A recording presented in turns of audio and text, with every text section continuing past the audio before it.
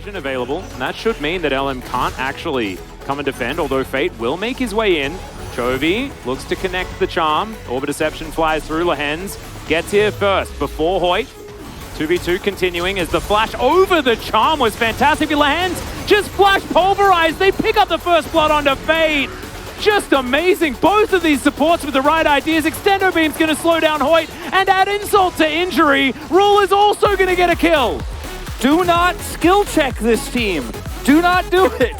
They will outdo you, as the flash pulverize from Lehens was amazing. Like you said, Hoyt has the right idea with his play forward as well, but Alistair reacts perfectly. Lehens gets the knockups there, and suddenly 2 stacks for Chovy, 2 assists. And this is all about Peanut coming over here and just setting this up as the wave is, reset here in mid.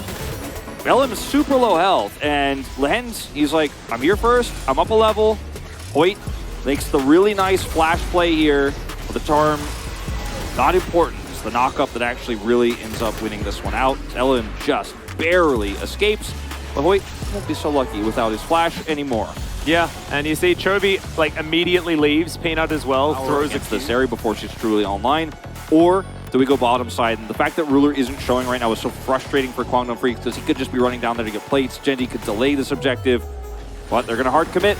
Yeah, that's a Nah, that's a wallop. And Doran's going to throw rocks at Keen here as well. Lehens and Peanut going to rotate over. Doran's done most of the work already, and Peanut will just come in and easily pick up the kill. The dive's beautiful. So now Peanut's going to use that lightning rush to try and get himself to safety. Fate sidesteps the boomerang. They're not out of the woods just yet, although the minion wave is going to be here. Chovy turns up as well.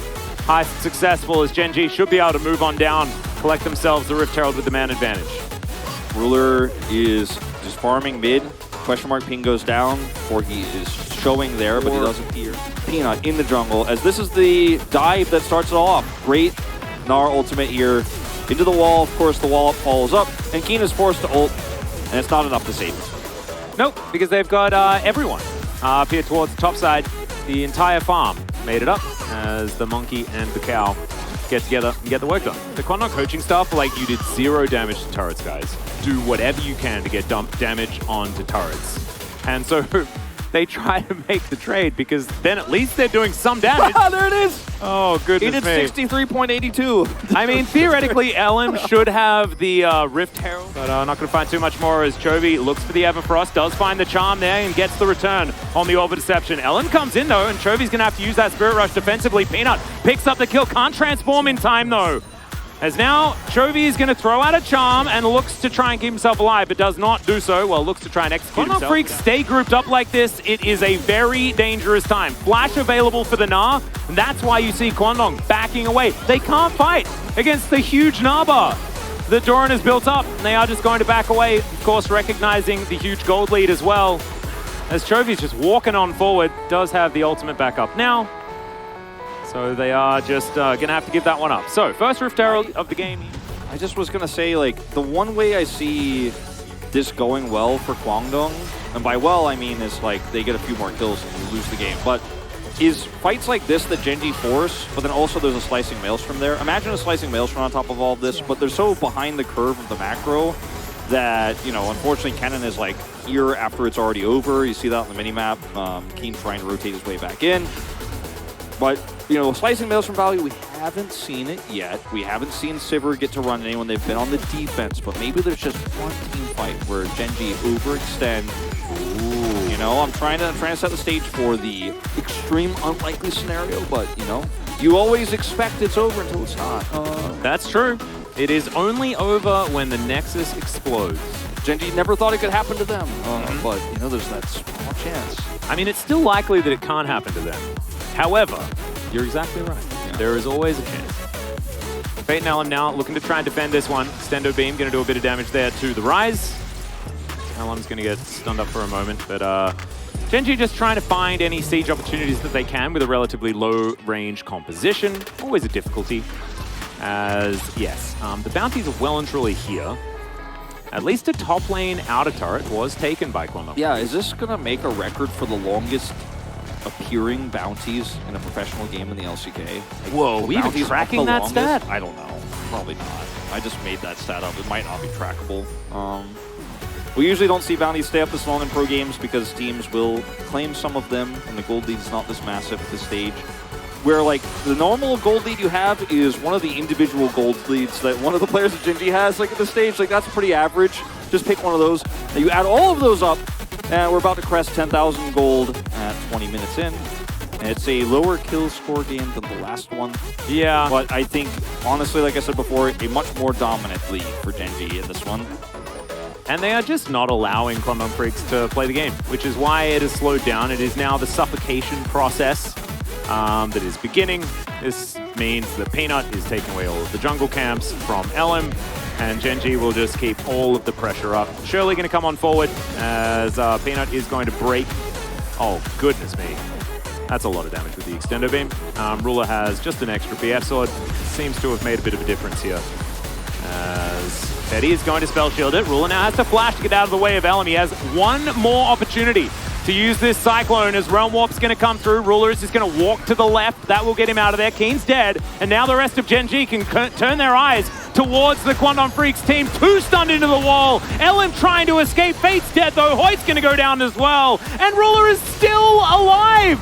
How is he doing this? He just baited them all in. Look at that. Terrified Yuumi. He just didn't even do any damage either. Like, he just flashed and ghosts away. It was the most hilarious part. He was the bright, shiny object that they were all trying to get onto. The most hilarious part of this was the Nautilus ult, which he was just outpacing.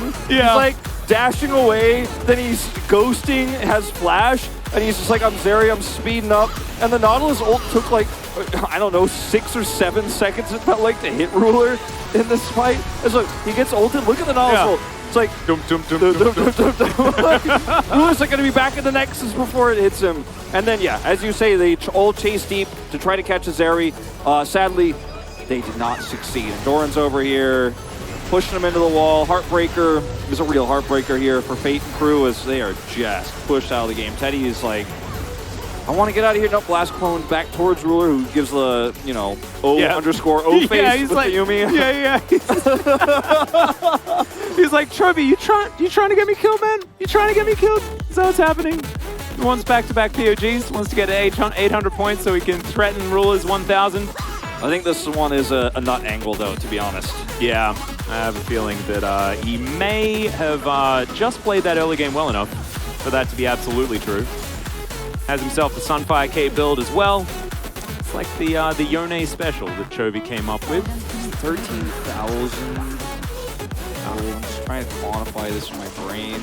I mean, it's the Ruler ending this time around as well, Wolf. He has a full Infinity Edge over Teddy. Not that that really needs to be a thing we're talking about. I mean, it's 13,000 gold, the lead, like you were saying.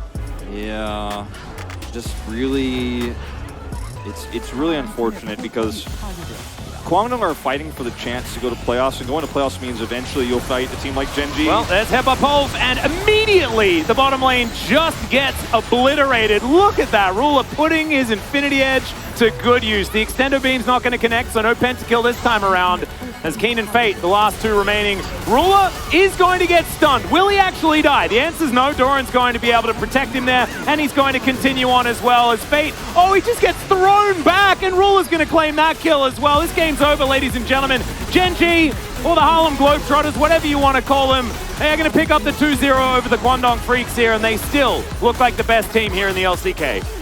Yeah, there used to be an old StarCraft 1 show called BattleNet Attack where the pro gamers would just match.